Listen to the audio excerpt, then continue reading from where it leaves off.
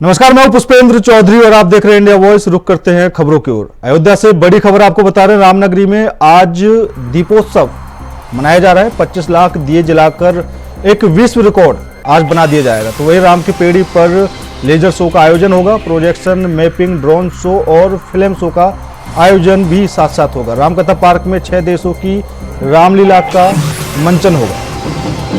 तो आज अयोध्या में 25 लाख दीपक जलाकर एक वर्ल्ड रिकॉर्ड बना दिया जाएगा। राम की पेड़ी पर लेजर शो का आयोजन और ड्रोन शो के अलावा कई तरह के आयोजन भी आज देखे जाएंगे। तो वहीं दीपोत्सव का भव्य आयोजन आज अयोध्या नगरी में किया जा रहा है। तो प्रोजेक्शन, मैपिंग, ड्रोन शो और फिल्म शो का आयोजन होगा। हर बार अयोध्या नगरी को बड़े ही सुंदर तरीके से सजाया जाता है और अब की बार 25 लाख दिए जलाकर जो वर्ल्ड रिकॉर्ड बनाया जा रहा है वो काबिल तारीफ है। तो 55 घाटों पर ये दिए जलाए जा रहे हैं। 25 लाख दिए जलाकर एक वर्ल्ड रिकॉर्ड अब की बार बना दिया जाएगा। अयोध्या नगरी को बहुत ही सुंदर तरीके से सजाया गया है और तरह तरह की झांकियां निकालकर आयोजन किया गया है। राम की पेड़ी पर लेजर शो के अलावा ड्रोन शो और कई तरह के आयोजन देखने को मिल रहे हैं। 25 लाख दिए जलाने का टारगेट यहाँ पर रखा गया है और विश्व रिकॉर्ड साथ ही बना दिया जाएगा। 6 देशों की रामलीला का मंचन भी साथ साथ किया जा रहा है। तो आप तस्वीरों में देख सकते हैं किस तरह अयोध्या नगरी को बहुत ही सुंदर तरीके से सजाया गया है और अब की बार ये खासा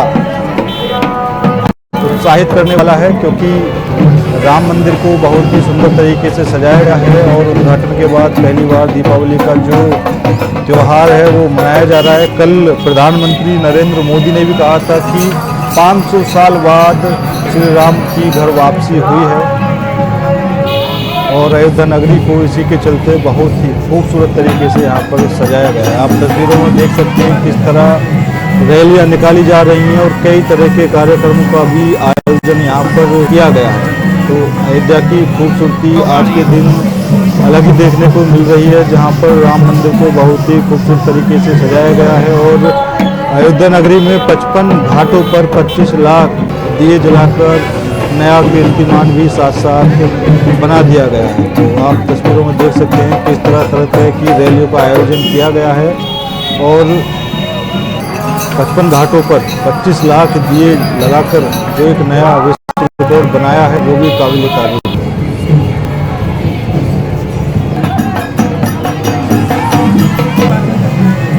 तो रामनगरी में अब की बार 25 लाख दिए जलेंगे और साथ ही 6 देशों की रामलीला का मंचन भी यहाँ पर देखने को मिलेगा और कई तरह के आयोजन।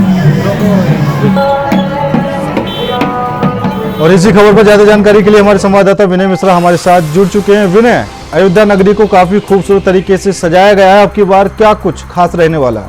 जी बिल्कुल पुष्पेंद्र, आपको बता दूं कि इस बार अयोध्या में दीपोत्सव का 8वां दीपोत्सव पर मनाया जा रहा है और इस बार 25 लाख दीपों से जो है राम की पेड़ी पूरी जगमगाएगी और सीएम योगी आदित्यनाथ जो है अभी कुछ ही देर में जो है यहाँ पे पहुंचने वाले हैं रामतरा में और यहाँ पे भगवान श्री राम का यहाँ पे स्वागत करेंगे और राज्याभिषेक करेंगे, भरत मिलाप का कार्यक्रम होगा और शाम को यहाँ पे 1100 लोगों के साथ जो सरयू की आरती का कार्यक्रम भी यहाँ पे रखा गया है और यहाँ पे जो राम की पेड़ी है यहाँ पे दिया तो बिछा दिए गए, उसमें तेल बाती सब तैयार हो गई है और शाम को 5 बजे के करीब में जो है इसमें जो है पूरी तैयारी पूरी हो जाएगी और शाम को 6 बजे जब योगी आदित्यनाथ वहाँ पे आएंगे तो उसके बाद जो है एक साथ जो है 25 लाख दियों से जो है पूरी राम की पेड़ी जगमगा जाएगी और पूरी अयोध्या जो है दुल्हन की तरीके से सजाई गई है।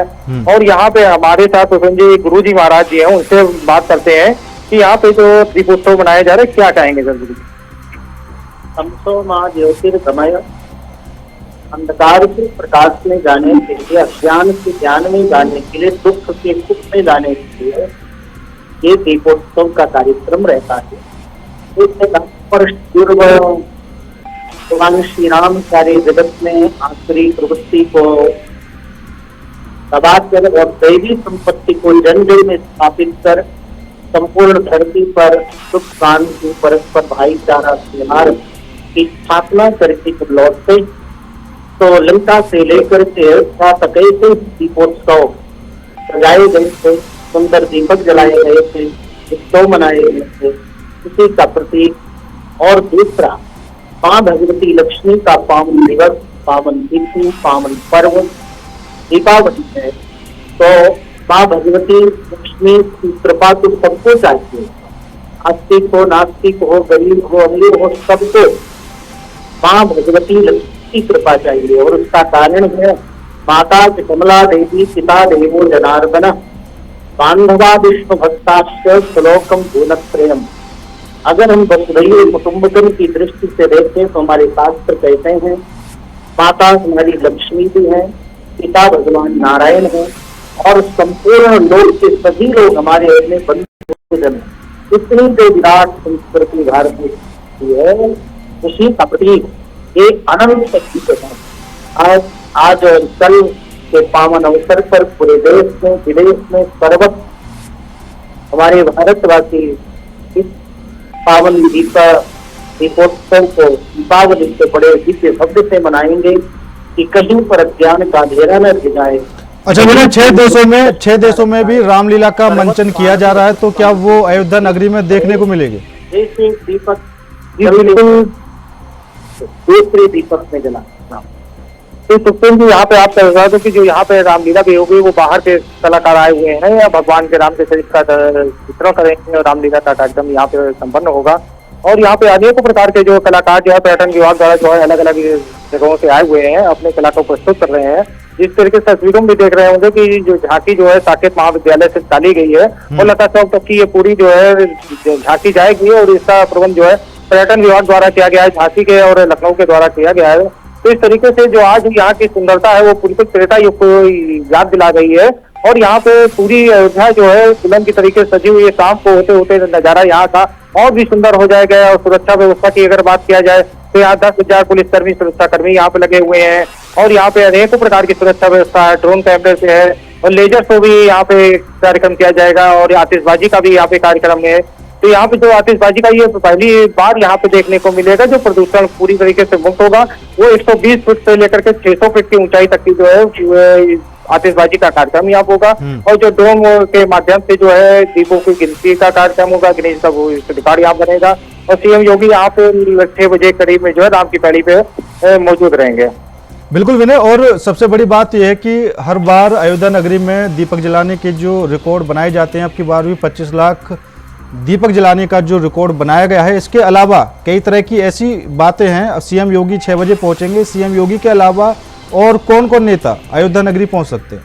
तो बिल्कुल आपको बता दूं कि सीएम योगी अभी 2:25 के करीब में जो है रामकथा हेलीपैड पे पहुंचेंगे और वहां पे भगवान राम का पुष्पक विमान आएगा, उसका स्वागत करेंगे। और वहां पे भरत मिलाप का कार्यक्रम है, उसमें जो है आनंदी पटेल राज्यपाल रहेंगे, केंद्रीय मंत्री हैं और यहाँ के स्थानीय विधायक हैं। तो इस तरीके से कई मंत्रियों का भी यहाँ जमावड़ा लगा हुआ है, प्रदेश अध्यक्ष भी हैं। इस तरीके से यहाँ पे सभी लोग आए हुए हैं और मुख्यमंत्री उन्हीं का स्वागत सत्कार वहाँ पे भगवान राम का करेंगे। और उसके बाद यहाँ के राम पैड़ी पे आएंगे, दीपोत्सव का कार्यक्रम होगा। दीपोत्सव के कार्यक्रम के बाद जो है यहाँ पे सरयू आरती का कार्यक्रम रखा गया है और शाम 7 बजे सरयू आरती होगी, जो अपना एक रिकॉर्ड बनाएगी कि 1100 लोगों के साथ में जो है आरती का कार्यक्रम यहाँ पे किया जाएगा। तो इस तरीके से माना जा रहा है कि यहाँ पे जो है 2 रिकॉर्ड बनते हुए नजर आएंगे, एक डीओ का और दूसरे आरती को लेकर के। और पशु मंत्री के द्वारा जो है यहाँ पे 1 लाख दिए जो है गोबर की बनी हुई जो है सीएम योगी आदित्यनाथ को जो है दिया भेंट किए हैं। बिल्कुल विनय, और तस्वीरों में साफ तौर पर देखने को मिल रहा है कि कई तरह की झांकियां भी निकाली जा रही हैं। तो ये जो प्रदर्शनी निकाली जा रही है, किन किरदारों को सबसे ज्यादा इसमें दिखाया गया? बिल्कुल आपको बता दूं कि जो ये झांकी निकाली गई है साकेत महाविद्यालय से निकाली गई है और ये श्री रामचरितमानस के जो 7 कांड होते हैं, अयोध्या कांड, लंका कांड, सुंदर कांड, इस तरीके से तो 7 कांड का जो चरित्र चित्रण है भगवान राम का, उसी झांकियां जो है अलग अलग प्रकार से बनाई गई है। कहीं पे बनाई गई कि सबरी के आश्रम में भगवान राम गए हुए हैं और दूसरे हनुमान जी जब लंका में प्रवेश करते हैं तो सुरसा के मुंह से बाहर निकलते हैं। तो इस तरीके कई प्रकार की झांकियां जो है भगवान राम के चरित्र के चित्रों को यहाँ पे व्यक्त करती हुई नजर आ रही है।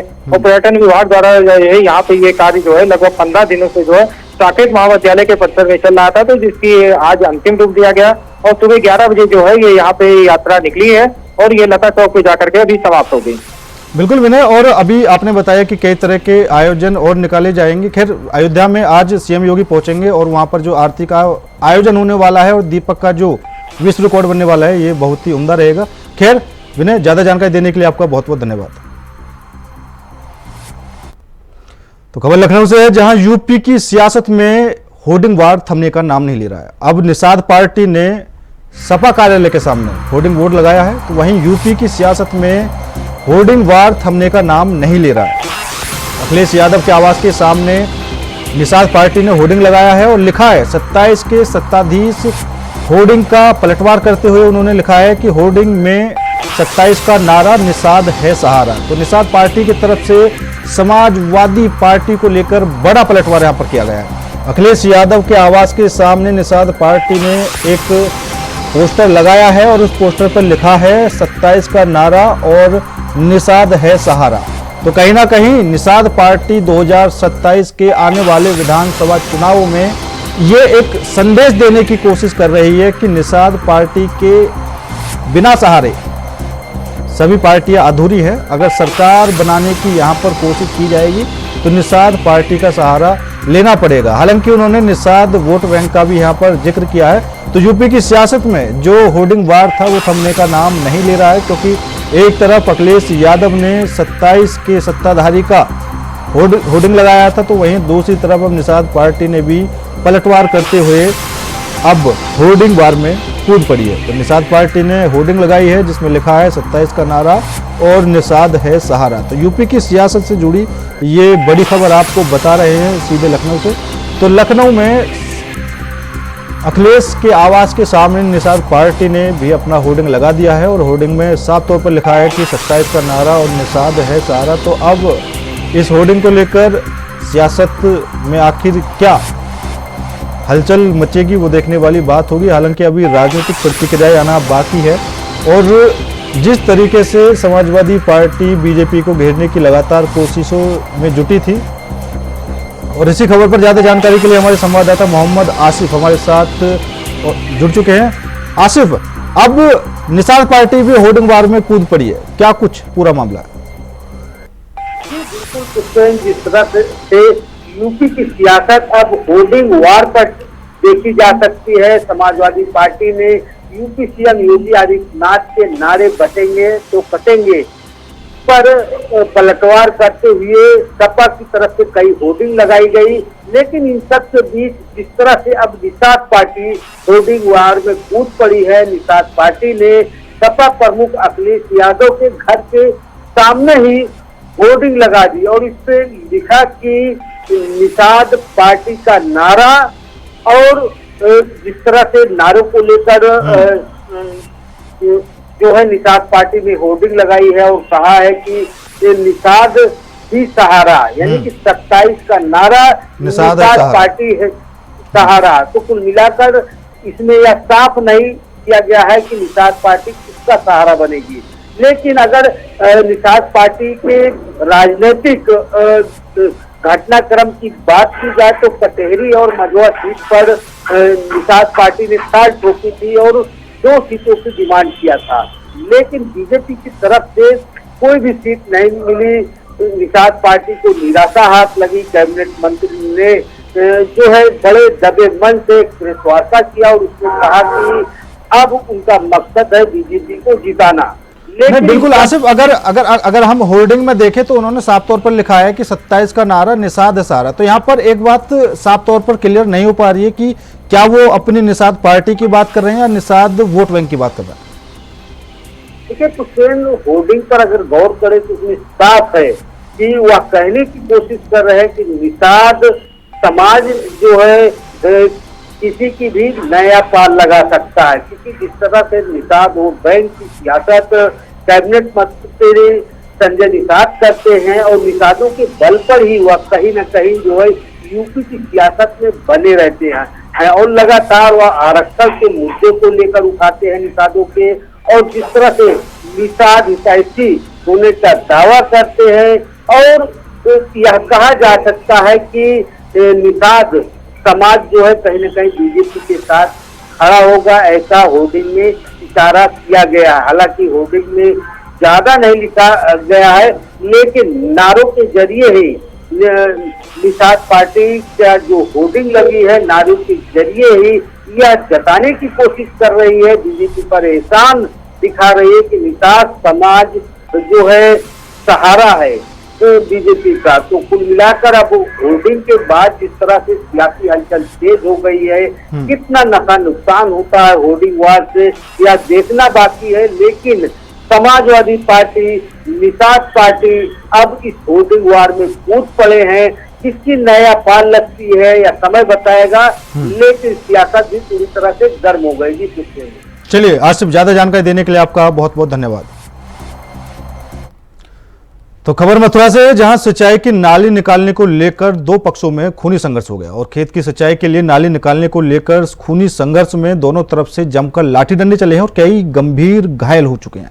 तो हाथों में तमंचा लेकर फायरिंग करते हुए भी लोग दिखाई दे रहे हैं और धारदार हथियार के साथ तमंचा लेकर हमलावर हो रहे हैं लोग यहाँ पर। तो विवाद में महिलाओं को भी मारपीट आई है।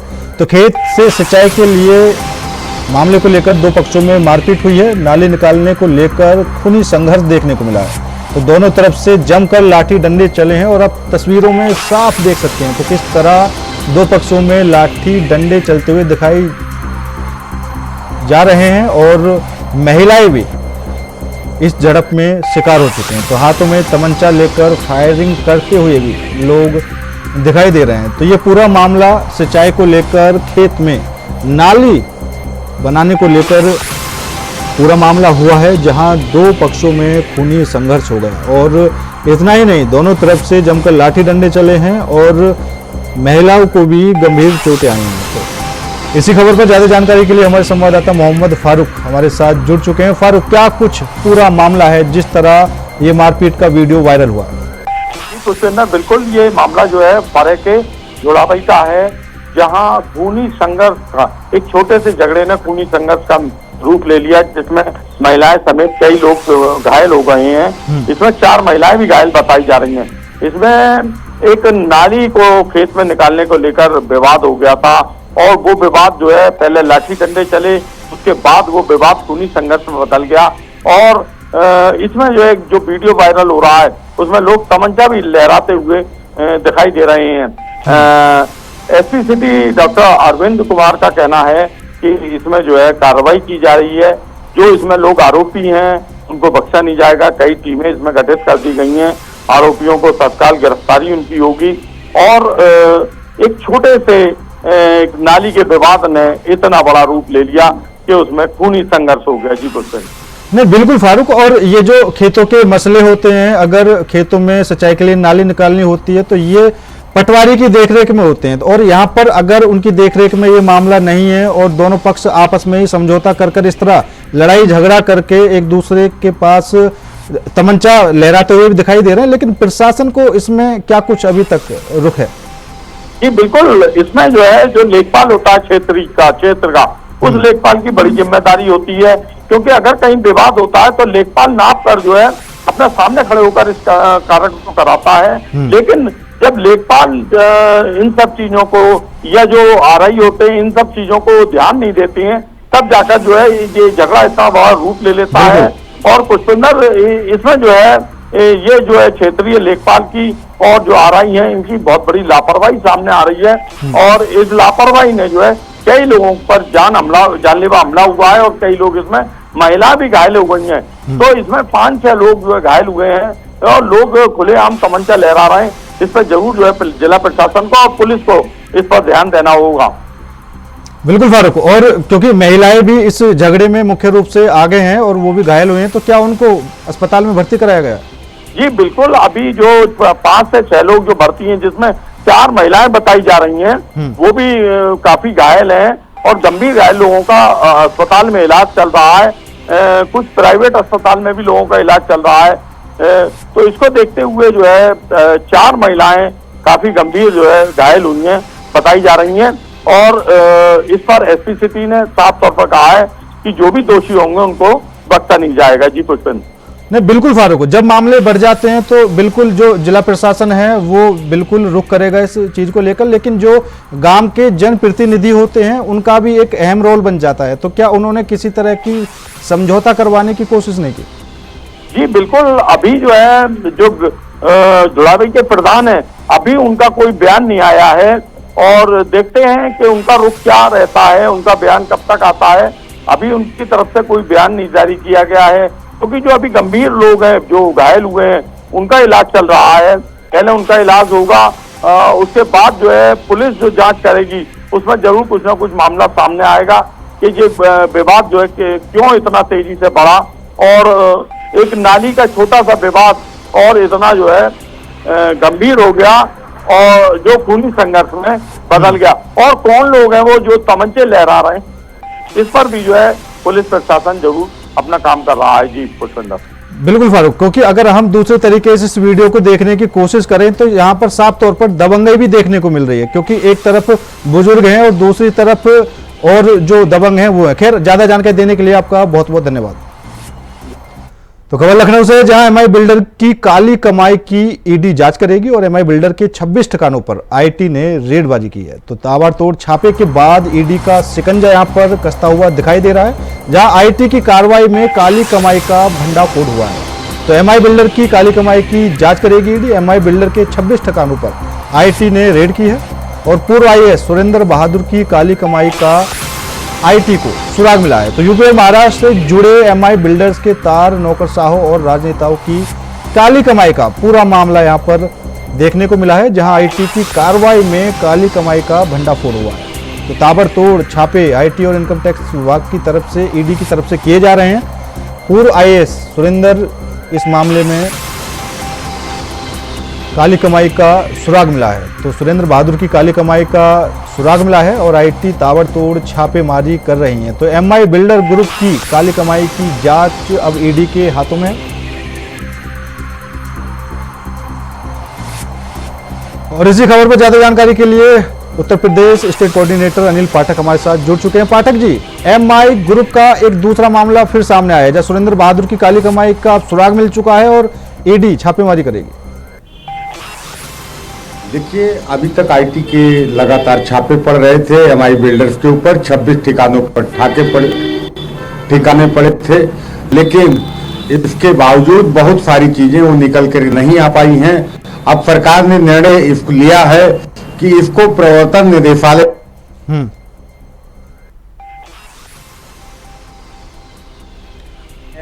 उसकी जांच जो है वो ईडी करेगी। जी,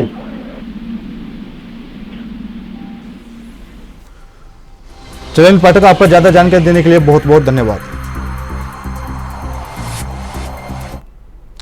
फिलहाल मेरे साथ इस बुलेटिन में इतना ही। बाकी देश और दुनिया की तमाम खबरों के लिए देखते रहिए इंडिया वॉइस।